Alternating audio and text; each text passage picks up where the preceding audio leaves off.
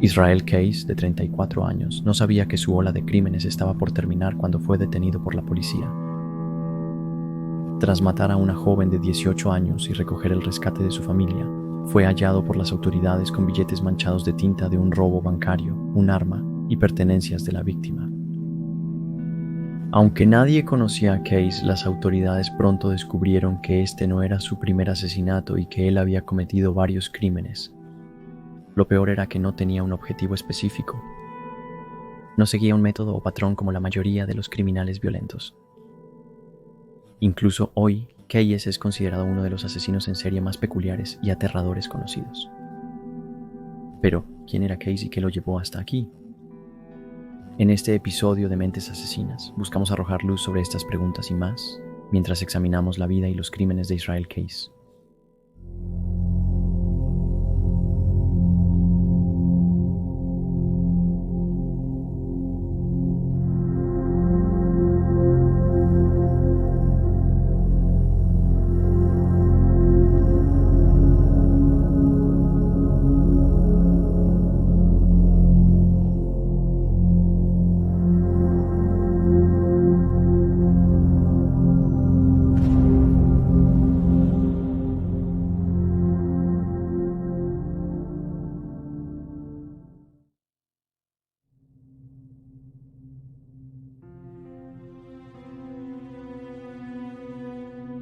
Israel Case nació el 7 de enero de 1978, hijo de John Jeffrey Case y su esposa, Heidi.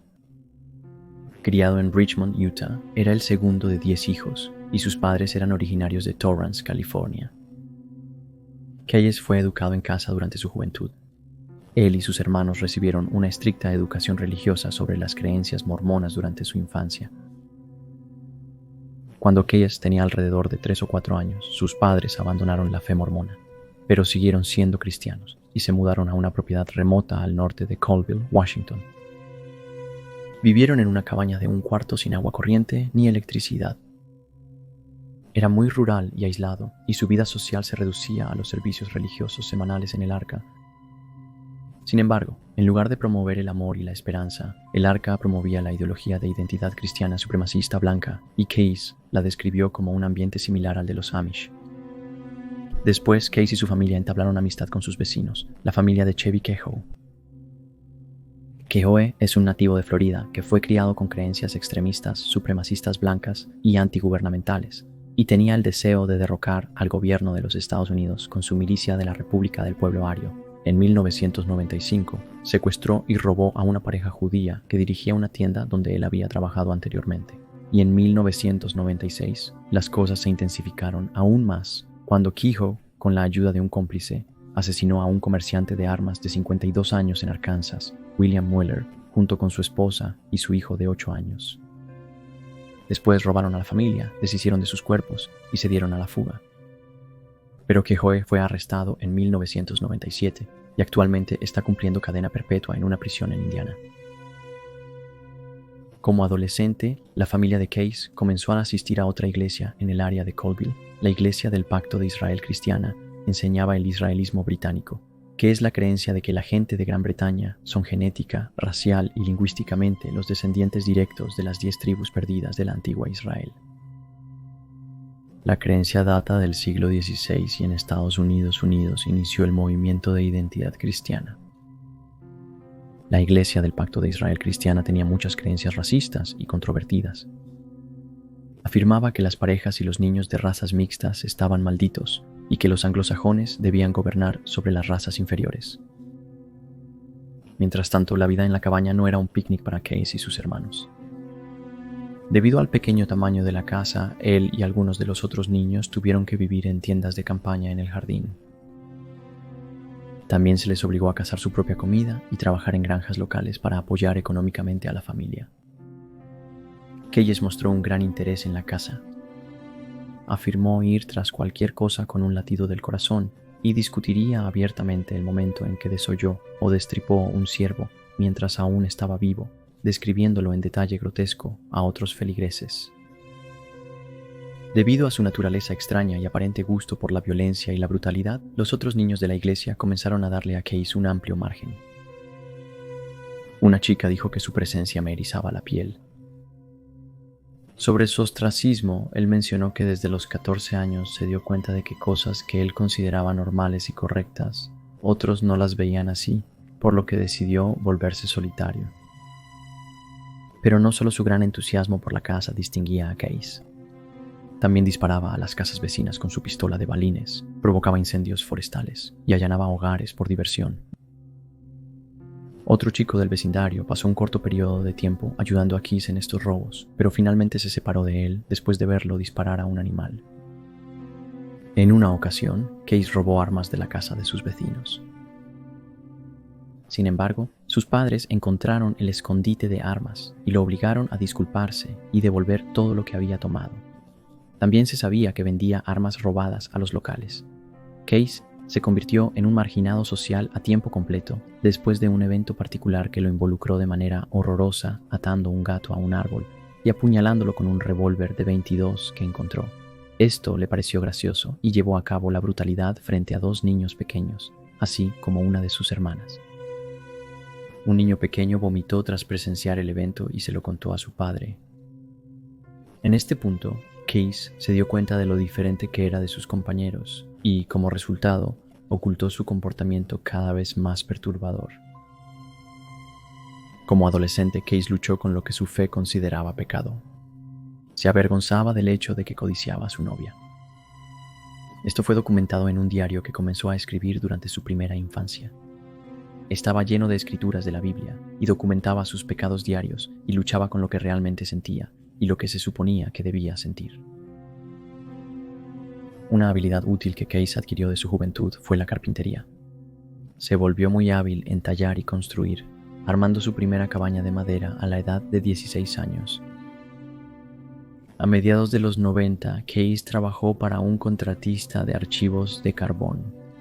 Luego se mudó con su familia a Maupin, Oregon, pero se quedaron poco tiempo antes de trasladarse a Maine. En este pequeño pueblo, que hoy consta de solo 439 residentes, la familia ganaba dinero recolectando savia para la producción de jarabe de arce en una comunidad principalmente Amish. La vida para los niños era difícil, no se les permitía disfrutar de películas o música seculares, y a menudo se escapaban para visitar a amigos y experimentar cosas que sus padres habían prohibido, incluyendo aprender a tocar instrumentos musicales, lo cual estaba en contra de Dios. Sin embargo, cuando Case llegó a la adultez, se cansó de luchar con su religión y renunció a su fe cristiana. Finalmente reveló a sus padres que ahora se consideraba ateo, lo cual desagradó más a su padre que a su madre. Esto llevó a que lo echara de la casa por sus acciones pecaminosas, y también ordenó a los hermanos menores de Case que cortaran todo contacto con él.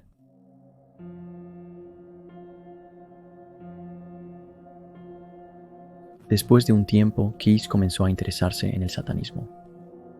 Le dijo a los investigadores del Federal Bureau of Investigation después de su arresto que durante este periodo de su vida comenzó a sentir como si pudiera violar o matar y salir impune, y que su fascinación por el satanismo lo llevó a comenzar a planificar un asesinato ritual satánico que involucraba a una joven. En esta entrevista, Case confesó que perpetró su primer ataque sexual cuando estaba en Oregon. En ese momento, a los jóvenes les gustaba acudir al río de Chutes, donde iban a hacer tubing, y para Case, esta era la oportunidad perfecta para llevar a cabo el crimen. Mientras estaba parado en una playa junto al río, Case vio a una adolescente que pensó sería la víctima perfecta. Se adentró en el agua, la agarró y la arrastró hasta un baño remoto del campamento. Después de atarla con cuerdas, Case la violó y planeó estrangularla después. Llevaba cuchillos consigo que planeaba usar para su sacrificio. Case le dijo a los investigadores que la joven, de entre 14 y 18 años, estaba muy asustada. Él notó que ella insistía en no contárselo a nadie. Según informes, él le dijo que se callara, pero ella siguió hablando. Le dijo al Federal Bureau of Investigation que era muy inteligente. Funcionó. Las cosas nunca se tornaron tan violentas como podrían haber sido si ella me hubiese peleado. Finalmente Case liberó a la joven. Recordó, era demasiado tímido, no era lo suficientemente violento. Decidí que no permitiría que eso se repitiera. Nunca se acusó a Case de un asalto sexual y no está claro si alguna vez se identificó a su víctima.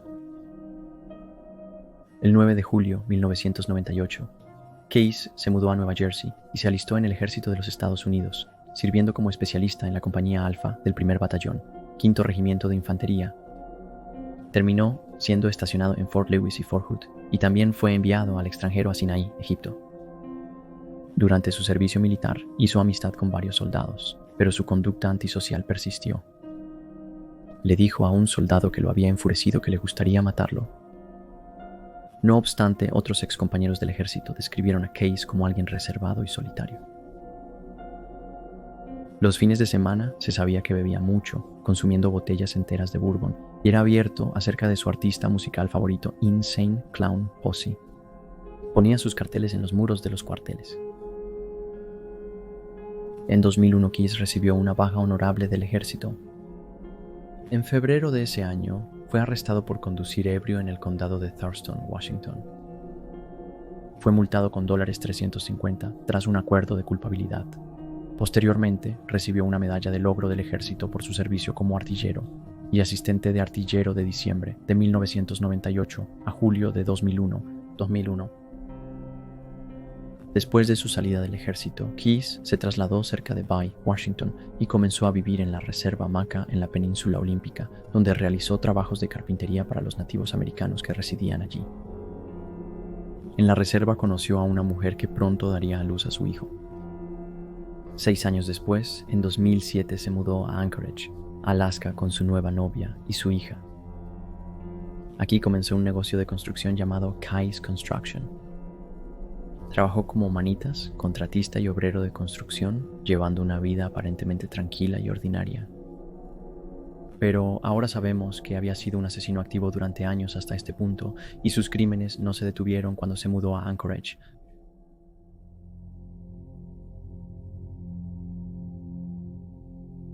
A pesar de ser uno de los asesinos más atroces de América, la información sobre gran parte de la actividad criminal de Case es algo vaga. Se cree que mató a su primera víctima cuando era un adolescente viviendo en un vial de carbón entre 1996 y 1997, Julie Harris, una medallista de 12 años en esquí de las Olimpiadas Especiales. Desapareció el 3 de marzo de 1996. El caso fue rápidamente clasificado como un homicidio cuando su bolso y 2 pies y piernas artificiales fueron descubiertos un mes después, cerca de la intersección donde el río Colville se encuentra con el lago Roosevelt en Kettle Falls. Julie permaneció desaparecida durante un año, y durante ese tiempo su madre Sherry fue objeto de lo que ella consideraba acoso policial, ya que los investigadores intentaron incriminar a su novio, Don Sachs, quien vivía con ellas. Sherry al principio creyó que su hija seguía con vida, ya que podía moverse sin sus prótesis. Se preguntó si la niña de 12 años había regresado a Oregon, donde su familia solía vivir.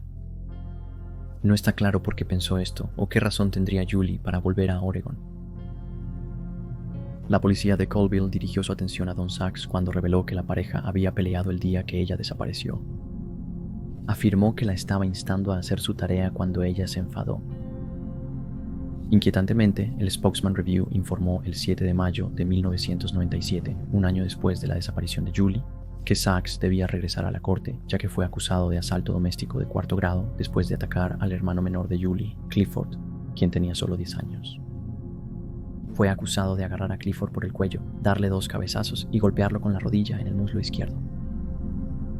Sachs sostuvo que no agredió a Clifford, sino que solo lo contuvo. La madre de los niños, Sherry, afirmó que Clifford tenía una larga historia no documentada de arranques violentos, y afirmó que él la golpeó en el pecho cuando ella intentó hacer que hiciera su tarea, que es cuando Sachs intervino. Sachs aún era una persona de interés en el caso de Julie en 1997. Sherry describió a Julie como una niña optimista y ganadora de varios trofeos, incluyendo una medalla de oro en las Olimpiadas Especiales, pero que se volvió amargada y deprimida semanas antes de desaparecer. También había empezado a tener problemas en la escuela y a meterse en líos. La antigua niñera de Julie la llamó muy dulce, rápida para hacer reír a la gente y también muy terca. La búsqueda de Julie concluyó poco más de un año tras su desaparición. Sus restos fueron encontrados en abril de 1997 por niños que jugaban en las cercanías de Horner Creek Road y Rydell Creek en Colville. Registros dentales confirmaron la coincidencia. Según informes de los medios de comunicación de la época, el cuerpo de Julie no había sido enterrado y la causa de su muerte no se ha hecho pública. El 27 de junio de 1997, una casa rodante a 5 millas al sur de Coville fue destruida por un incendio. Dentro se descubrió el cuerpo de una madre de un hijo de 29 años llamada Marlene Emerson. Sin embargo, rápidamente llamó la atención de las autoridades que Marlene tenía una hija de 12 años que faltaba en la escena. Temían que Cassie Emerson hubiera sido secuestrada, pero su cuerpo fue descubierto por jinetes a 5 millas de su casa, en una zona muy boscosa a finales de julio. Sus restos estaban muy descompuestos y habían sido esparcidos por la fauna. Al igual que Julie, su cuerpo no había sido enterrado. No se encontró ninguna evidencia en el bosque y su cuerpo no reveló nada. En 1997, los oficiales desconocían la causa de muerte de Casey y su madre, Marlene. No está claro si alguna vez se determinó. Las fuerzas del orden trataron el caso como un doble homicidio, y los informes de noticias de 1997 indican que Casey fue la segunda niña de 12 años en ser asesinada en Colville desde 1996 cuando murió Julie. Sin embargo, las autoridades investigadoras, la oficina del sheriff del condado de Stephen, no creían que los casos estuvieran vinculados. No tenían a ninguna persona de interés en las muertes de Casey y Marlene, pero creían que el asesino probablemente era alguien que conocían. Según los detectives, Marlene tenía un estilo de vida turbulento y había enfrentado muchos problemas a lo largo de los años. Marlene no se llevaba bien con muchas personas. Poco antes de su muerte había cumplido una temporada en la cárcel por irrumpir en una tienda de tatuajes y robar suministros. Las autoridades sospechaban que un trato de drogas había salido mal o que Marlene tenía un exnovio violento. Tanto el caso de Julie como el de Marlene y Casey siguen sin resolverse. Keyes no admitió haber matado a ninguna de las víctimas, pero afirmó que el primer acto de incendio fue con un remolque. Asimismo, durante su detención, Keyes no admitió asesinatos mientras servía en el ejército, pero confesó haber intentado violar a 2 mujeres. Una era una trabajadora sexual que conoció mientras estaba estacionado en Egipto, y la otra, una estudiante universitaria que conoció en Israel. Keyes también reveló a los investigadores que había asesinado a una pareja de mediana edad en Vermont en 2011. Fueron vistos por última vez el 8 de junio. Bill y Lorraine Currier vivían en Essex, y Keyes los eligió como objetivo por ninguna otra razón que el diseño de su casa, que tenía un garaje adjunto, lo que le facilitaba entrar y salir sin ser visto. Para preparar los asesinatos, voló a Chicago, rentó un auto y condujo 1000 millas hasta Vermont. En 2009 escondió su kit de asesinato en la zona. Contenía una pistola, silenciadores, ligaduras, municiones y bolsas de basura. Utilizó esto para llevar a cabo el asesinato. Según Keyes, cortó las líneas telefónicas antes de entrar a la habitación donde la pareja dormía. Les permitió ponerse las pantuflas antes de obligarlos a caminar sobre vidrio roto hasta su coche. Desde aquí, Keyes trasladó a la pareja a una granja abandonada. Ató a Lorraine y golpeó a Bill en el sótano antes de dispararle. Keyes describió a Lorraine como peleona porque ella luchó contra él. La agredió sexualmente antes de estrangularla hasta la muerte. Luego, vertió Drano, un limpiador químico de desagües, sobre sus cuerpos antes de meterlos en bolsas de basura.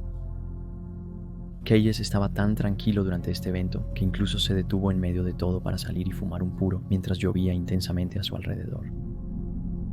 Los restos de Bill y Lorraine Currier nunca se han hallado.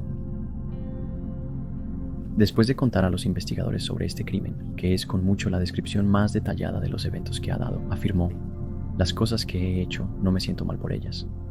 Las hice por mí mismo. Es mejor que las guarde para mí, son mías". Keyes admitió a los investigadores que mató a 4 personas en Washington.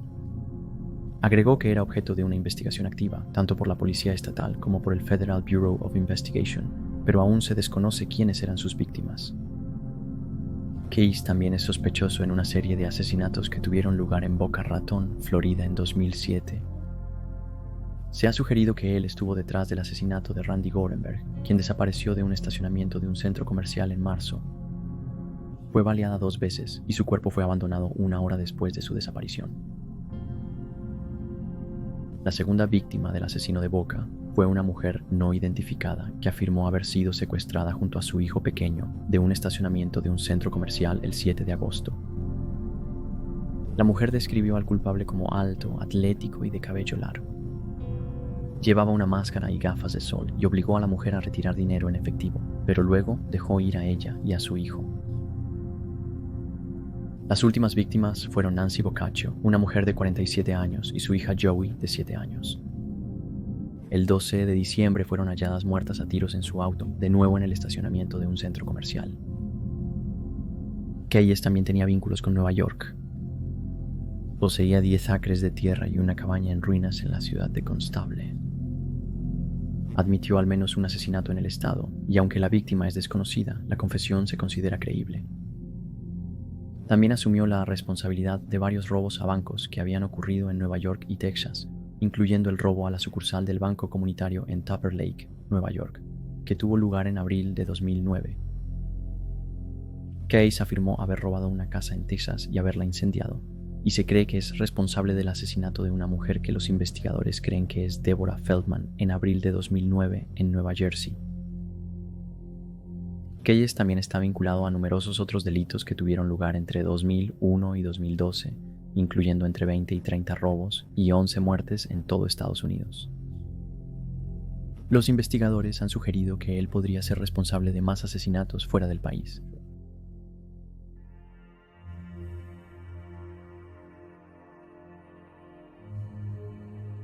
A diferencia de otros asesinos en serie, Keyes no tenía un modus operandi distintivo ni un perfil específico de víctima. Era indiscriminado, acechando a todo tipo de individuos en todo el país para poder evitar ser detectado.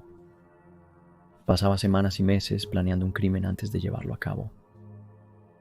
A menudo visitaba campamentos y lugares aislados, algo que probablemente aprendió de sus 6 años de vida en la Reserva Maca, donde pasaba mucho tiempo recorriendo el bosque y los senderos de montaña de la península olímpica. Recordó sentirse de cierta manera sobre su tiempo en la reserva, diciéndole a los investigadores: simplemente lo acepté como una cuestión de tiempo y oportunidad antes de que hiciera algo de nuevo. Keyes también les informó sobre su regla de nunca matar cerca de casa y que solo usaba armas cuando era absolutamente necesario, prefiriendo la estrangulación para quitar vidas, ya que disfrutaba ver a sus víctimas desmayarse. Afirmó que no mataba a niños ni a los padres de niños, principalmente por su hija. No obstante, las autoridades dudan de Keyes. Sospechan que estuvo implicado en las muertes y desapariciones de varios menores. Keyes nunca mató 2 veces en el mismo lugar. Pagaba sus suministros en efectivo y apagaba su celular cuando planeaba delinquir. A una temprana edad, Keyes leyó Mindhunter dentro de la unidad de crímenes seriales de élite del Federal Bureau of Investigation, el libro de crímenes de no ficción de 1995, escrito por el agente retirado del Federal Bureau of Investigation John E. Douglas, quien es acreditado como uno de los primeros perfiles criminales. Disfrutaba estudiar en detalle a los asesinos en serie, idolatrando sobre todo a Ted Bundy. Sentía que tenían mucho en común. Ambos eran metódicos y hablaban sobre la sensación de poder que experimentaban al matar. Keyes admiraba a algunos asesinos en serie y despreciaba a otros. Calificó a Dennis Rader, el estrangulador Bind, Torture, Kill como un cobarde por disculparse y mostrar remordimiento por sus crímenes en la corte. También expresó respeto por quienes aún no han sido capturados. A pesar de su gran interés en otros asesinos como él, Keyes era notable por el hecho de que no quería ninguna atención mediática o pública. Esto se debía en gran medida a que no quería que su hija creciera sabiendo lo que él había hecho. Le dijo a los investigadores que quiere que su hija tenga la oportunidad de crecer. Ahora ella está en un lugar seguro. Ella no va a ver nada de esto. Deseo que ella pueda crecer sin tener todo esto pendiente sobre su cabeza. Como resultado de esto, después de su arresto, accedió a contar a los investigadores todo lo que querían saber, y más, con la promesa de que los detalles se mantendrían fuera de los medios.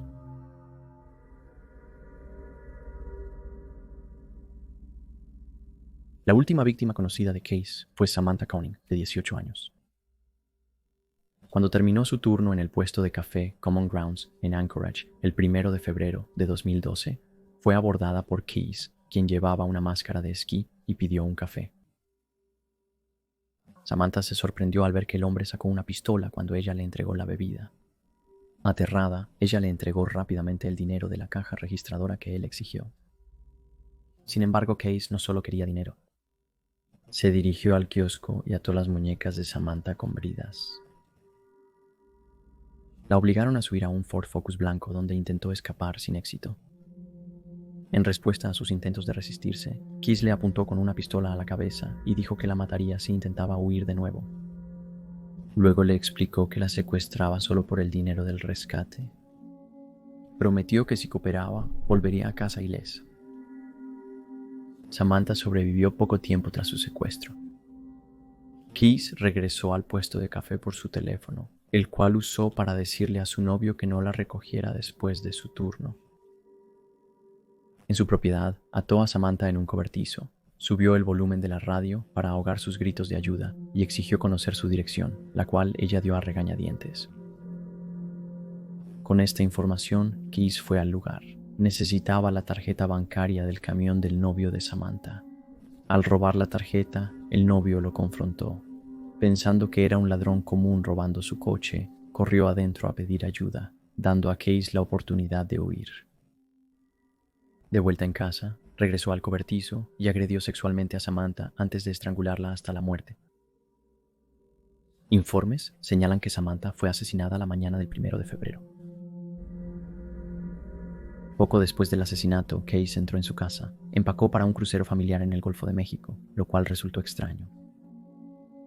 Simplemente dejó el cuerpo de Samantha en el cobertizo y se fue de vacaciones durante 2 semanas. Volvió a Anchorage el 17 de febrero y empezó a preparar la nota de rescate para los allegados de Samantha. Sin embargo, una idea pareció golpearlo mientras lo hacía. Sacó el cuerpo de la joven de 18 años y le aplicó maquillaje en la cara. Aún más espeluznante es el hecho de que cosió sus ojos con hilo de pescar para hacer parecer que estaba viva. Después le tomó una foto con un ejemplar del Anchorage Daily News en la mano. La nota de rescate de Case exigía $30,000 a su familia. Adjuntó la foto escenificada del cadáver y colocó los objetos en un parque bajo un folleto conmemorativo de un perro llamado Albert. Luego envió un mensaje de texto al novio de Samantha usando su teléfono que decía: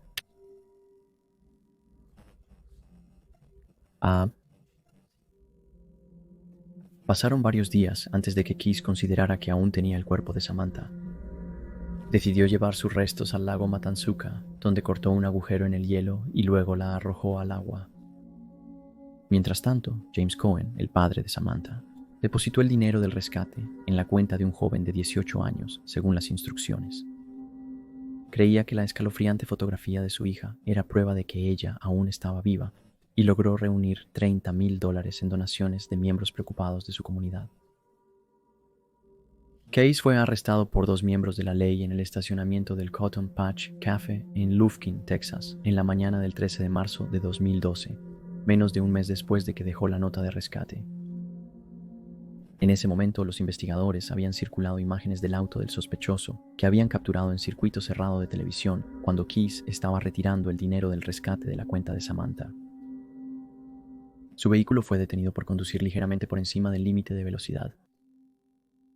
Los oficiales registraron su vehículo y hallaron billetes manchados de tinte de un robo bancario, un arma, una máscara de esquí y el teléfono y tarjeta de débito de Samantha. Fue arrestado de inmediato. Después de su arresto, Case, quien tenía 34 años en ese momento, fue extraditado a Alaska, donde admitió el asesinato de Samantha. Fue acusado de un crimen horrendo y su juicio estaba programado para comenzar en marzo de 2013. Durante su tiempo en prisión, Case tuvo largas discusiones con la policía, donde confesó numerosos crímenes, pero a menudo no daba detalles, dejando a los investigadores sin acercarse a cerrar los casos en los que estaba involucrado. Case se quejó de que los guardias de la prisión lo vigilaban como a un halcón y declaró que quería la pena de muerte dentro de un año porque no tenía interés a largo plazo en sobrevivir mientras estaba en prisión. La detective de homicidios de Anchorage, Monique Udall, dijo de Case: Él no secuestró y mató a personas porque estuviera loco. Él no secuestró y mató a personas por su dieta o por una mala infancia. Israel Keyes hizo esto porque obtenía una inmensa cantidad de disfrute de ello. al igual que un adicto obtiene una inmensa cantidad de disfrute de las drogas. De algún modo, era un adicto enganchado a la sensación que le provocaba hacerlo. Cuando los investigadores le preguntaron por qué lo hizo, simplemente respondió, ¿por qué no? Keyes dejó de cooperar con la policía cuando su identidad fue revelada por los medios. Durante una audiencia el 23 de mayo 2012 usó virutas de un lápiz para abrir sus esposas. Sin embargo, las autoridades pudieron someterlo usando una pistola Taser. El cuerpo de Samantha fue recuperado por buzos en el lago Matanuska el 2 de abril de 2012.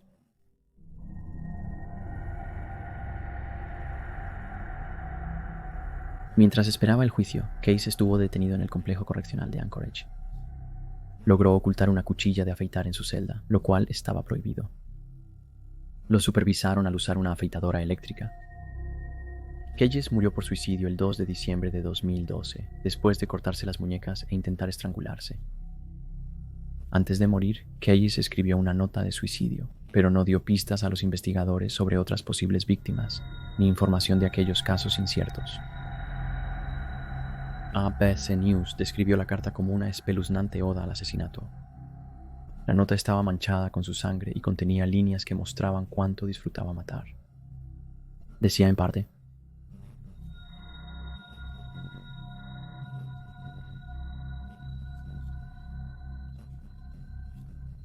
en otro momento, escribió sobre sus víctimas en párrafos como: miré en tus ojos, eran tan oscuros, cálidos y confiados, como si no tuvieras una preocupación o cuidado.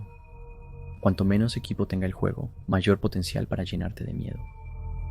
Y tus labios húmedos prometían un secreto no revelado, con una risa nerviosa que parecía brotar como un pulso de sangre de tu garganta. No habrá más risas aquí. El documento de 4 páginas, publicado en febrero de 2013, fue escrito en un bloc de notas legal amarillo. La policía indicó que las páginas fueron halladas bajo el cadáver de Case, haciendo partes de este ilegibles.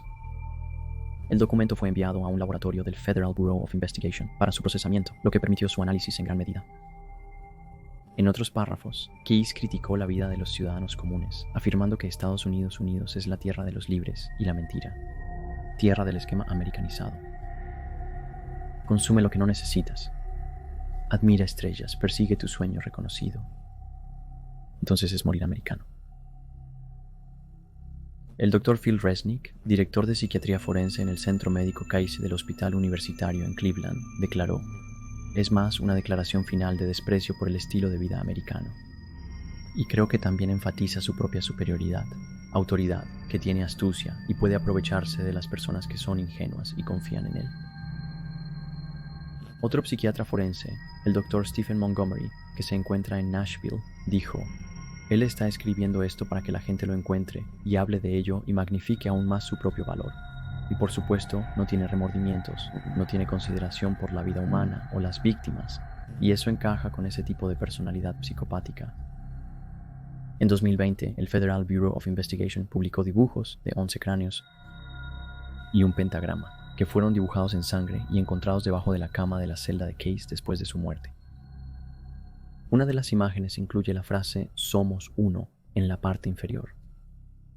Los investigadores creen que el número de cráneos se correlaciona con el total de víctimas, pero no hay certeza. Israel Case es quizás uno de los asesinos más escalofriantes de América.